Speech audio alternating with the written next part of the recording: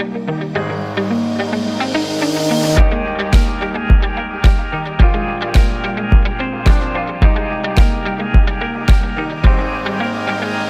Friends, welcome to मंजिल।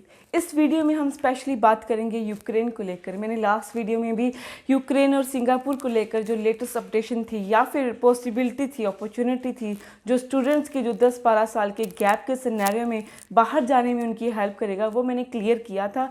But अगर मैं बात करूँ आज, तो मुझे सिंगापुर और साइप्रस के विद रिस्पेक्ट टू जो है, मुझे यूक्रेन बहुत अच्छी एक कंट्री लगती है, जिसके बारे में मैं आपको कुछ डिटेलिंग देना चाहूँगी। अगर आपको पसंद आए तो आप इसकी तरफ जरूर एक बार सोचना। अगर आपको लगता है कि आपकी जो परसेंटेज हैं वो जो मिनिमम क्राइटेरिया है, बाकी 4 जो देश होते हैं हमारे नॉर्मली, जैसे न्यूजीलैंड, कनाडा, यूके और ऑस्ट्रेलिया को नहीं मैच कर पा रहे, so just look at once जो मैं यूक्रेन के बारे में आपके साथ शेयर करने वाली हूँ।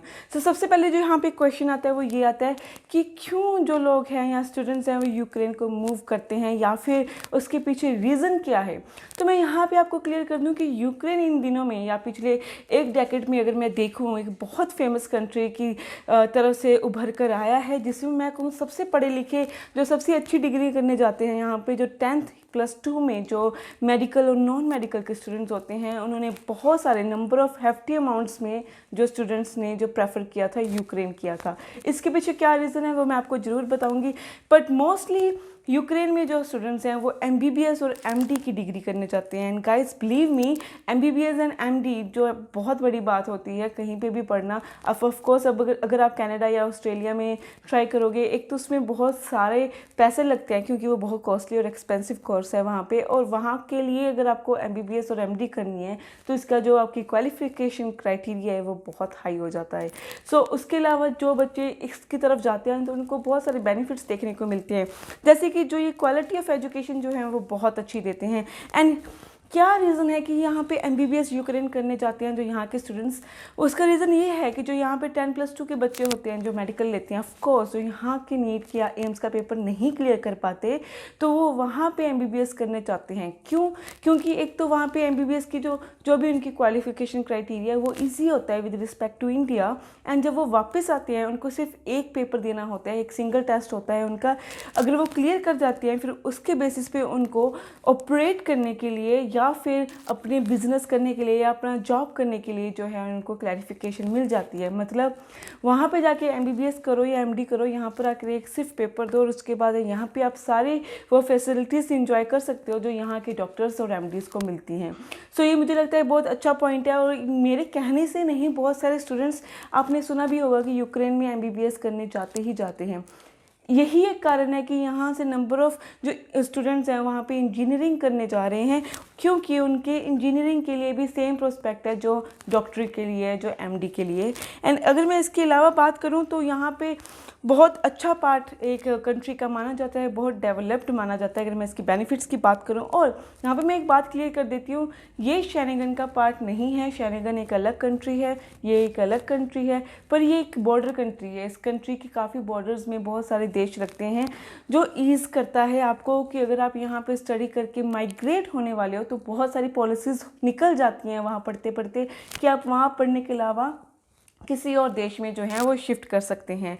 एंड ऑफ कोर्स इसकी जो जॉब अपॉर्चुनिटीज़ हैं वो बहुत अच्छी हैं। एंड बात करूँ मैं एजुकेशन की, तो इस एजुकेशन को क्या कंसिडर किया जाता है, जैसे कि यूक्रेन जो है वो यूरोपियन कंट्रीज़ में जो कंसिडर होता है, तो जो इसकी एजुकेशन है वो यूरोप स्टैंडर्ड की एक एजुकेशन मानी जाती है, जो कि ऑल ओवर यूरोप में कंसिडर की जाती है। सो अगर आप यूक्रेन में पढ़ते हो तो आप एक एजुकेशन करते हो यूरोप की स्टैंडर्ड की, उसके बाद आप किसी भी यूरोप की कंट्री में जो है वो ट्रांसफ़र या माइग्रेशन कर सकते हैं, क्योंकि इनके जो स्टडी क्राइटेरिया है all over the Europe same होता है। सो बेसिकली शेनेगन एक डिमांड में रहता है, तो अगर आप यूक्रेन में पढ़ते हो तो आप शेनेगन जो हैं वो ईजिली माइग्रेट कर पाते हो।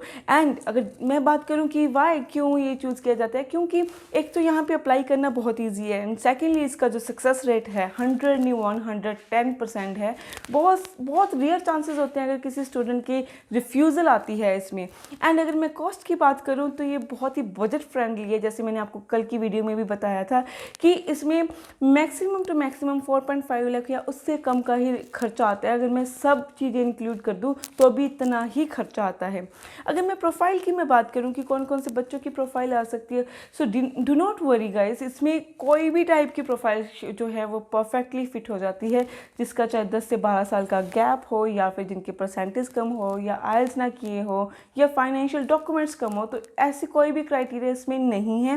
एंड अगर मैंने आपको इस वीडियो की स्टार्टिंग में भी बोला था कि ये जो यूक्रेन है, मुझे लगता है ये साइप्रस और सिंगापुर से एक अच्छी कंट्री मैं डिक्लेयर करती हूँ, यानी मैं समझती हूँ कि ये बहुत अच्छी हो सकती है उन स्टूडेंट्स के लिए जिनको उन 4 जो स्पेसिफिक कंट्री में जाने का मौका नहीं मिल रहा, वो कहीं और ट्राई करना चाहते हैं।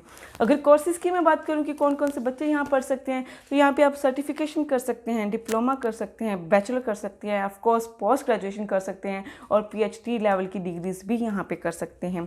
और इसके इंटेक्स एक साल में 4 इंटेक होते हैं, वो आपको डिटेलिंग आप हमें डायरेक्टली ऑफिस फ़ोन करके भी पता कर सकते हैं। एंड अगर मैं उनके यूरो की बात करूँ कि यूरो के अकॉर्डिंग कितना खर्चा आता है, तो 5 से 6 हज़ार का जो टोटली खर्चा आता है यूरो वही आता है।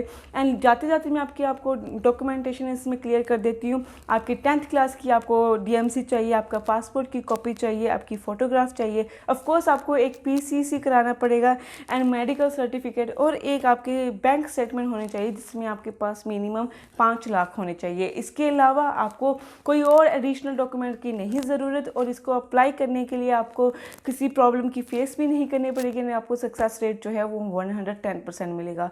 सो आई थिंक बहुत सारे बेनिफिट्स हैं इसके, और उन बच्चों के लिए जो बहुत वीक प्रोफाइल के साथ कंसिडर किए जाते हैं, वो एक बार इस कंट्री के बारे में ज़रूर सोचें। और आपको इसके बारे में डिटेलिंग चाहिए कि कौन सा कॉलेज हमें जाना चाहिए या कौन सी यूनिवर्सिटी, तो आप हमें डायरेक्ट ऑफिस भी मिल सकते हैं या नीचे दिए गए नंबर्स पे कॉल भी कर सकते हैं। Thank you guys.